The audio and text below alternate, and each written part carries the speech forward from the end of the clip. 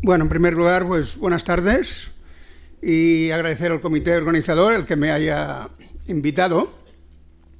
Y yo lo que os quería transmitir básicamente es mi experiencia en estos 3 últimos años que llevamos ya trabajando en patología digital y hablar de los algoritmos de análisis de imagen. Básicamente lo que estoy haciendo yo normalmente pues cada día, ¿no?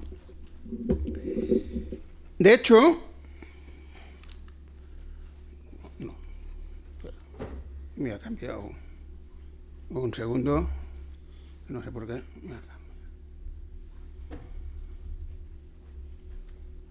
Porque me ha cambiado esto. Bueno.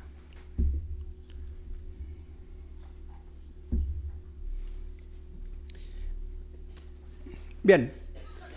De hecho, quería empezar con esta imagen, y una imagen que estaríamos todos rápidamente de acuerdo en decir, bueno, que esto es un tumor que seguramente pues debe ser un carcinoma, parece un carcinoma de alto grado y que tiene muchos linfocitos en la periferia.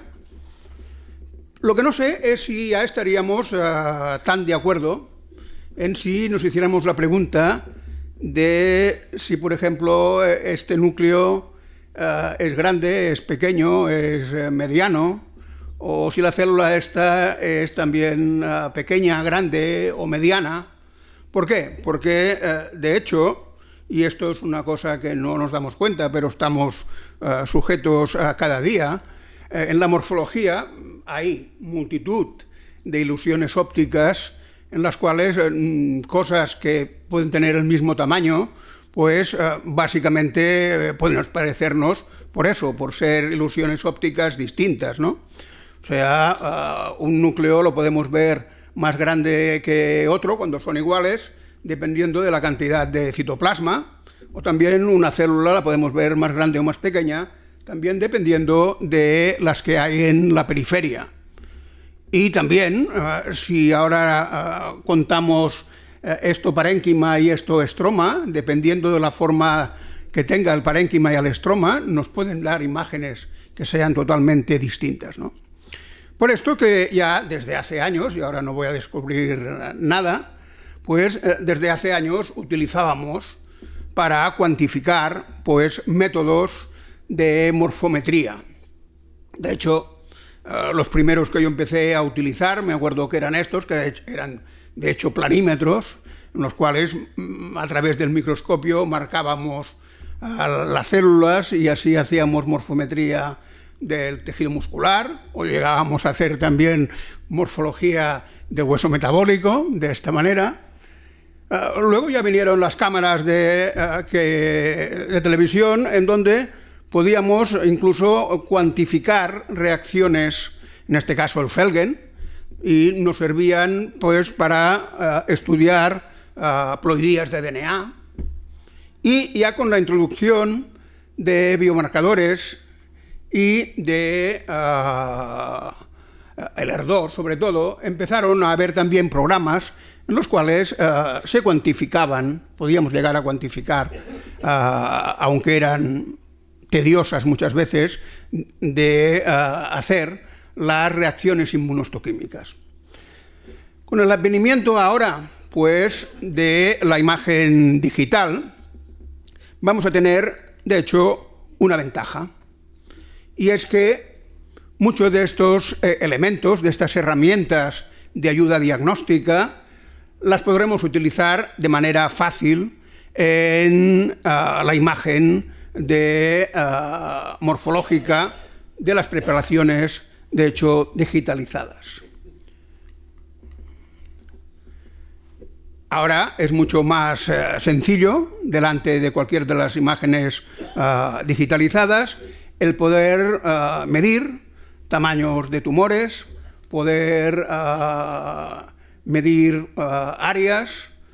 Un poco nos parecemos un poco más a aquello que cuando estábamos en las sesiones en los comités de tumores, entonces el radiólogo, ¿no?, sacaba la resonancia y decía, y esto está a 1,8 y esto está a 2,3 y tú te quedabas allí que solamente tenías la regla macro y un poco el micro. Ahora no, ahora ya puedes decirle también al radiólogo que tú puedes medir también áreas y también puedes decir ya exactamente cuál es la distancia que hay del tumor o de la lesión al margen de resección. Bueno, esto es una ventaja fácil y esta es una herramienta de las que se incluyen. Pero yo os quería hablar básicamente del análisis de biomarcadores y cómo yo utilizo estas herramientas para estudiar básicamente pues, los receptores de hormonales, el ER2, la P53 y el Ki67. ¿Y en qué algoritmos se utiliza este programa que yo utilizo, que es el de Ventana, para dar los resultados? Y un poco lo que hablaba Marcial, ¿no? Cuántos campos tenemos que contar, etcétera, etcétera. Vamos a verlo. Voy a dar primeramente una pincelada general, conceptos generales, y luego entraré ya en el desarrollo de la valoración de los algoritmos. Todos estos sistemas, básicamente, están preparados para, en primer lugar, poder clasificar el tipo de células que nosotros queramos contar. Luego, valoran la expresión, en dónde está localizada la expresión inmunohistoquímica y, por último, el patrón de intensidad de dicha reacción inmunohistoquímica. En cuanto a la clasificación celular, nuestro ojo, rápidamente, si nosotros vemos esta hematoxilina eosina y tenemos que cuantificar lo que es tumor, rápidamente nosotros ya sabemos lo que es el tumor y lo que es el estroma, dónde tenemos que contar y dónde no tenemos que contar.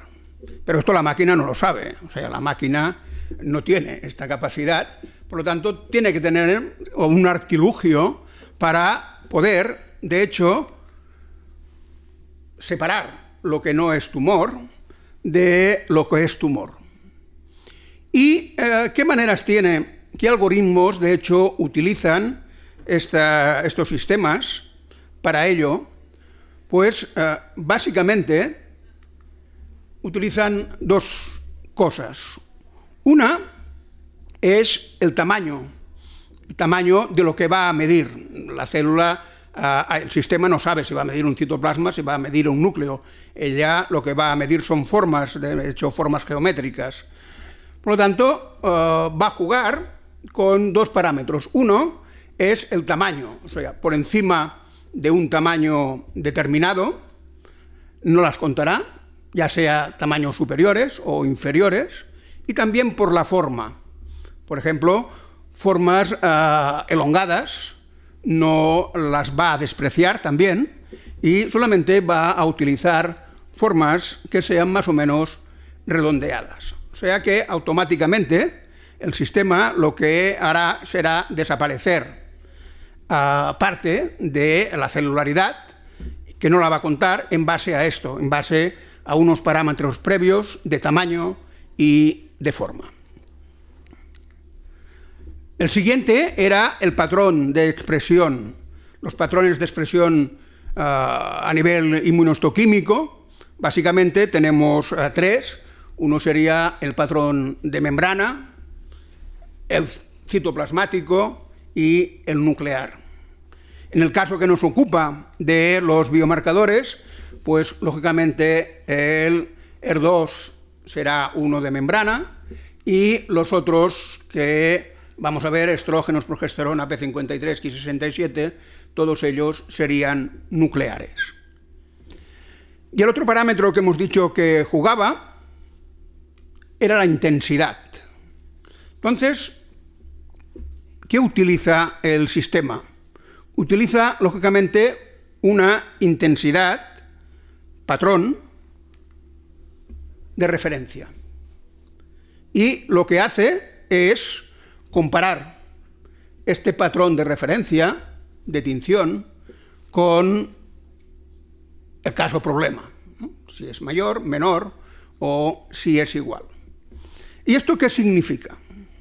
Esto significa una cosa importante, y es que, lógicamente, igual como hacíamos en el Felgen, que era una reacción estequiométrica, pues aquí también, lógicamente, tenemos que tener siempre el mismo patrón. Y para ello necesitamos estandarizar toda la preanalítica. O sea, toda la preanalítica tiene que ser siempre igual, porque si no va a variar el patrón este y ya no nos va a servir. O sea que desde la obtención hasta la propia técnica tiene que estar totalmente estandarizada. Incluso en el sistema de análisis que yo utilizo, es Virtuoso, pues básicamente, que está aprobado y validado por la FDA, está aprobado y validado para estos clones y para este sistema de detección. O sea que, ¿esto quiere decir que no puedo utilizar otros? Sí, puedo utilizar otros, pero entonces ya, por decirlo así, la casa ya no da los resultados, porque pueden ser buenos, pero puede ser que entonces ya no se hace cargo, ¿no?, de la reacción y de los resultados. O sea, cosa importante, o sea, la técnica tiene que estar siempre hecha de la misma manera y si en este caso está aprobada por este sistema. Bien, ¿qué es como yo trabajo desde hace, pues eso, os lo digo ahora, pues 3 años ya, que empezamos por la patología de mama, precisamente porque habían los algoritmos también automatizados.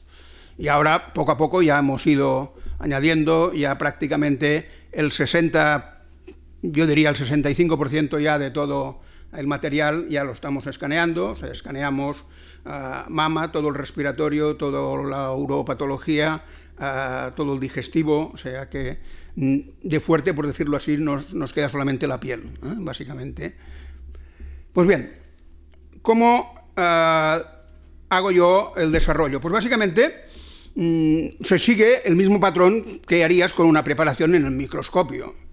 En primer lugar, identificas pues, la zona problema que quieres medir, clasificas las células, las que son tumorales y las que no son, lógicamente, tumorales, identificas el núcleo en los casos de la patología nuclear y hacíamos el cálculo de resultados, ¿no? El cálculo de resultados pues lo hacíamos, pues, aquello decíamos, mirábamos, ¿no?, y decíamos, pues, el 20% y ya está, ¿no? Pero esto era una cosa rápida y rauda, ¿no? Identificábamos nuestro cerebro lo que queríamos medir, veíamos que eran las células tumorales, que eran los núcleos, y contábamos y decíamos el 20. Bueno, pues ahora esto lo tiene que hacer, de hecho, la máquina, ¿no? ¿Cómo lo hace? Básicamente, en primer lugar, pues si tenemos esta imagen de un carcinoma de mama, y aquí pues un poco de carcinoma intraductal, pues lógicamente lo que vamos a hacer es el intraductal, lógicamente no lo voy a contar, lo voy a eliminar, y por lo tanto voy a intentar, estos son receptores de estrógeno, lo que voy a hacer es primeramente seleccionar qué área quiero que me cuente. Aquí hay varios sistemas, una es simplemente con un recuadro, hago el recuadro y digo, mídeme toda esta área de aquí. O, si quisiera ser más preciso, a mano alzada, puedo decirle, pues ahora cuéntame solamente las que están aquí dentro, ¿vale? ¿En qué casos yo utilizo uno u otro sistema? Pues en base al estroma. Si hay escaso estroma, simplemente pues con el cuadrado o el rectángulo ya va bien. Si son casos en donde hay mucho estroma y poca célula tumoral, pues entonces utilizo el sistema de marcarlo y en el caso, lógicamente, también de células sueltas. O sea que en un tumor como este de aquí, básicamente con un recuadro ya es suficiente. En este que hay más estroma, pues lógicamente intentaría hacer áreas del tumor o en un mucinoso, o en el caso, lógicamente, de tumores lobulares, pues lo que hago sí que son recuadros, pero no uno, sino varios. Entonces, la siguiente pregunta es: ¿cuántos campos tenemos que medir? ¿No? ¿Cuántos campos? Y, bien, yo lo que hago va a depender si la expresión del tumor es una expresión homogénea o si es heterogénea. Si es una expresión homogénea, pues básicamente cuento dos campos. Si estos dos campos el resultado es el mismo, pues ya está bien, ya me vale. Si fuera distinto, entonces contaría otro. En los casos ya que hay más heterogeneidad, entonces sí que vamos a contar los campos menores, los campos mayores, ¿hasta cuándo? Hasta que veamos que la cifra ya no varía prácticamente. O sea, cuando la cifra ya no varía, entonces podemos dar, y aquí podemos hacer la interpretación de varias maneras, ¿no?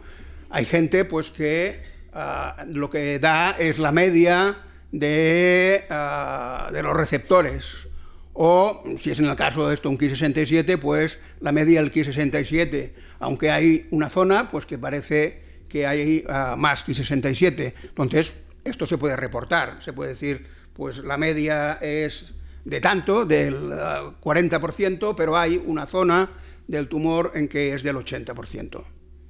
Y hay gente pues que utiliza ya directamente el de mayor. Y a partir de aquí, o sea, el trabajo que tenemos es el de seleccionar, básicamente, y cuántos campos vamos a contar. A partir de aquí ya simplemente el sistema ya funciona solo. ¿Y qué hace? Hace esto, ¿no? Primeramente hace la clasificación de hecho celular, y luego lo que hace es la identificación del núcleo. La identificación del núcleo lo que hace es que en los núcleos que hay expresión del anticuerpo que estemos estudiando, pues los marca en color rojo, y las células en donde no hay esta expresión las marca en color verde.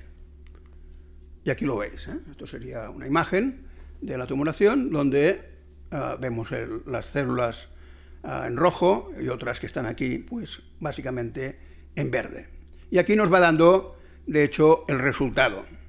El resultado que nos lo da es un recuento, ¿no? El recuento total de células, las células teñidas, las no teñidas, y el porcentaje, que es, de hecho, lo que nos interesa, ¿no? O sea, en este caso, pues, el porcentaje de positividad, 95,5%, ¿no? 96%, podríamos decir. Ha contado, fijaros, que en este campo, ¿no?, ha contado 8.500 células y con la positividad de 8.134. El ER2, estos serían para los ejemplos de nucleares. El ER2, pues, haríamos lo mismo.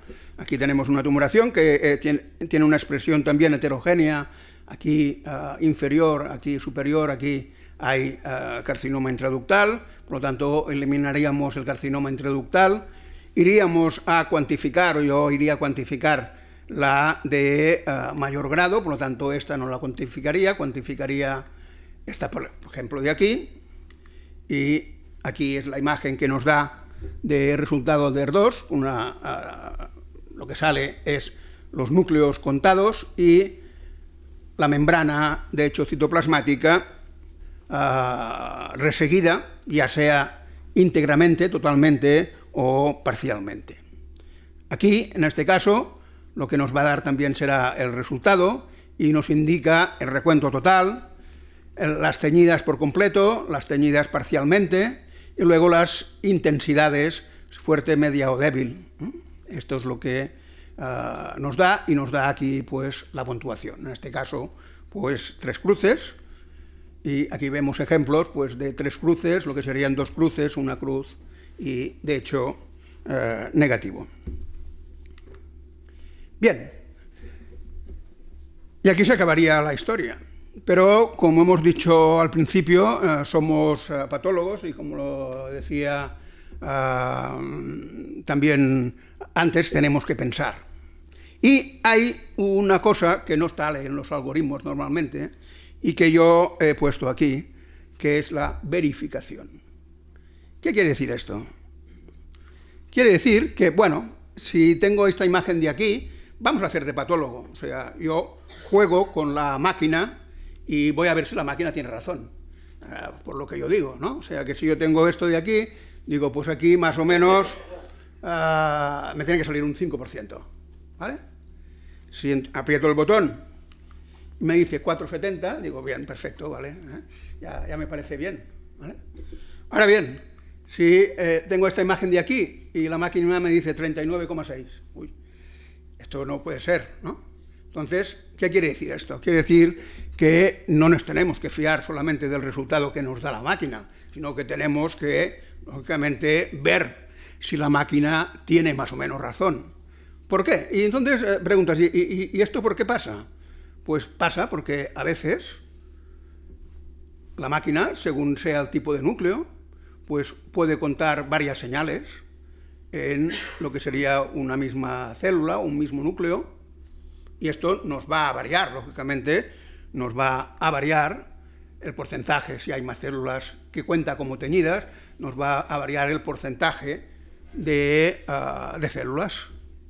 Por lo tanto, tenemos siempre que verificar. Aquí veis otro caso, ¿no? Aquí veis un caso entre lo que os decía. Acordaos que os he dicho que muchas veces las células así alargadas no las desprecia o no las cuenta como tumorales. Y fijaros, esto es también un tumor en donde hay muchas células que no se han, de hecho parece que no ha señalado, y por lo tanto aquí también, depende del resultado, nos puede dar engañando la máquina. O sea que lo primero que se tiene que hacer es, cuando la máquina ha puesto los puntos, es verificar y ver si es verdad que aquí hay muchas células tumorales que no las ha contado. O sea que posiblemente aquí tendremos que buscar otro campo. O sea que no solamente se tiene que buscar el campo que sea adecuado y comprobar pues que la cuantificación que hace la máquina sea de hecho la correcta,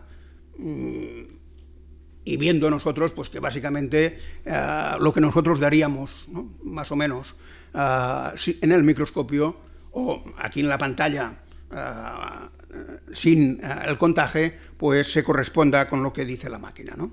O sea que básicamente, en conclusiones, ¿qué es lo que tenemos que hacer? Pues medir, coger el área que queremos contar, lo más precisa que podamos, y esto va a variar dependiendo de la cantidad de estroma, el número de campos a contar, pues básicamente hasta nivelar que ya no varíen la cantidad de los resultados independientemente ya del número de campos, y sobre todo lo último, verificar y ver que verdaderamente lo que está contando la máquina pues es verdad, ¿no? Y esto, bueno, acabo con esto porque es un cuadro de Miró que y parece, ¿no?, parece ya que sea ya patología también digital, ¿no?, porque aquí tenéis los núcleos, los nucleolos, y tenéis la positividad. Vale, gracias.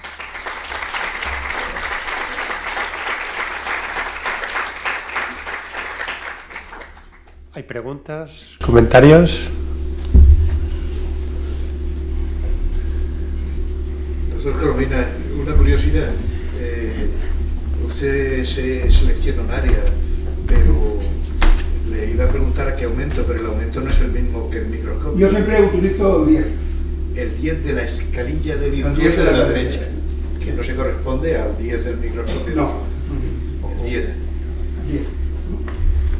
Y otra curiosidad, en el caso de que haya poca muestra y tengamos que medir más campos, ¿qué hacemos? ¿Nos vamos a niveles, a otros cortes? Sí, tenemos pues, una baja. Sí. seguimos midiendo... Sí, pero normalmente en mi experiencia, cuando puedes hacer otros cortes, ¿no? Que sean distintos, ¿no? Sí. O sea, si haces, por ejemplo, una core de mama y hay 4 cortes, puedes cuantificar independientemente en los fragmentos que quieras, puedes sumarlo. De hecho, una core es una representación, ¿no? De lo que sería la tumoración. ¿Más preguntas? Sí. Muchas gracias por tu presentación. ¿Conoces herramientas de análisis de imagen para histoquímica? Paz, Zil-Nielsen. No, yo sepa. Yo sepa, solamente hay para funciones de inmunohistoquímica, básicamente para biomarcadores. Marcial. Yo no lo sé, igual tú sabes. Bueno, sí, en cuanto a herramientas de histoquímica hay para fibrosis, evaluación de fibrosis, sí hay algunas, de Mason, en azul, en verde, etcétera, eso sí. Yo te quería preguntar, tenemos un dilema con esto que has dicho, de que, claro, yo tengo un sistema cerrado, aprobado por la FDA, pero cerrado. Efectivamente, en los sistemas da igual el aumento porque esto está validado para a qué resolución escaneaste la preparación. A qué aumento estés viéndola da igual. El análisis de imagen está corriendo por detrás según el aumento al que. Y entonces la pregunta que te hago, claro, a mí me gustaría poder cuantificar esas células elongadas y que el sistema me permitiera ajustar, pues, por ejemplo, si voy a incluir o no las células elongadas o fusiformes o lo que sea, ¿no? Entonces, ¿tú qué apostarías? ¿Por sistemas abiertos en los que yo pudiera hacer esa valoración interna o crees que no, que debemos de utilizar siempre sistemas? Si nos gustara jugar, ¿no? Sería pues esto, un poco más abiertos de lo que son, ¿no? Pero entiendo que, claro, que tienen que ser bastante más cerrados si queremos hacer una cosa que sea fácil, ¿no? Porque antes ya cuantificábamos, pero nos pasábamos media hora antes de que apretara el botón para cuantificar, ¿no? Porque separábamos el estroma, separábamos las células, las que estaban unidas, o sea, tardabas más rato preparando, por decirlo así, lo que iba a contar la máquina, que bueno, a ver, para temas, que decía yo, de tesis, investigación y todo esto, sí, esto ya va bien, ¿no? Porque sirve para esto. Pero claro, para el diagnóstico, pues dices, bueno, el receptor de estrógeno, pones aquí del 98%, ya lo ves, ¿no? No son del 100%, no cabe contar casi la máquina, ¿vale? O sea que lo que sí que te ayuda, a mí cuando el marcador que más ayuda, básicamente es el Ki-67. Este es el que, para mí, el que más nos ayuda. Porque los receptores, pues bueno, si son ya muy positivos, sí, puedes decir el 60% de esto, ¿no? Claro. ¿Cómo de estrictos sois con la preanalítica? Esto que decís de la fijación, ¿evitáis, por ejemplo, biopsias o resecciones mamarias los viernes? Bueno,